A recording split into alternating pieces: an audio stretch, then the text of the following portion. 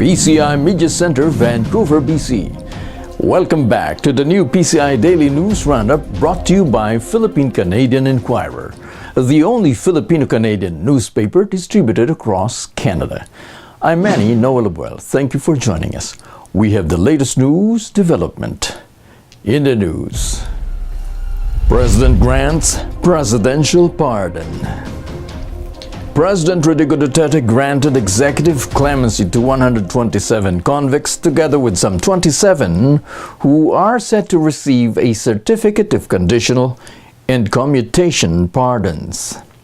Department of Justice Secretary Vitaliano Aguirre said in a radio interview, quote, "This is the first batch. 27 convicts will be given conditional pardon at commutation of pardon. The next batch will be next month, and also in May it will be batched by batched."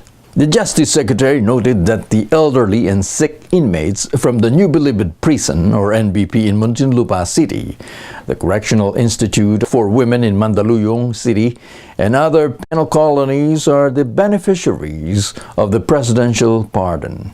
Aguirre said he will hand out the documents at the New Bilibid Prison in Muntinlupa City in a simple ceremony on Tuesday morning. The former Aquino government, meanwhile, granted only 9 inmates with the presidential clemency. Authorities find the remains of German hostages.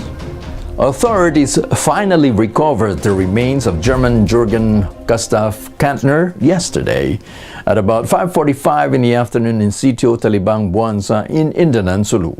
Joint Task Force Sulu Commander Colonel Cirilito Sobihana confirmed the recovered remains were found at the same spot where he was executed on February 26 after the government refused to pay a 30 million peso ransom to the terror group. The remains include the severed head and a full intact body. Troops immediately brought the body to the military hospital morgue at Camp Teodolfo Bautista in Barangay Busbus in Jolo, Sulu, before they turned it over to the German embassy in Manila. According to reports, this is not the first time Kantner was involved being kidnapped. In 2008, he and his partner Sabine Mers were kidnapped and held for 52 days in Somalia before they were freed after a huge ransom was paid. Despite the sad episode, Kantner said in 2009 that he would continue to sail in dangerous waters. Oplan Tokhang officially resumes today.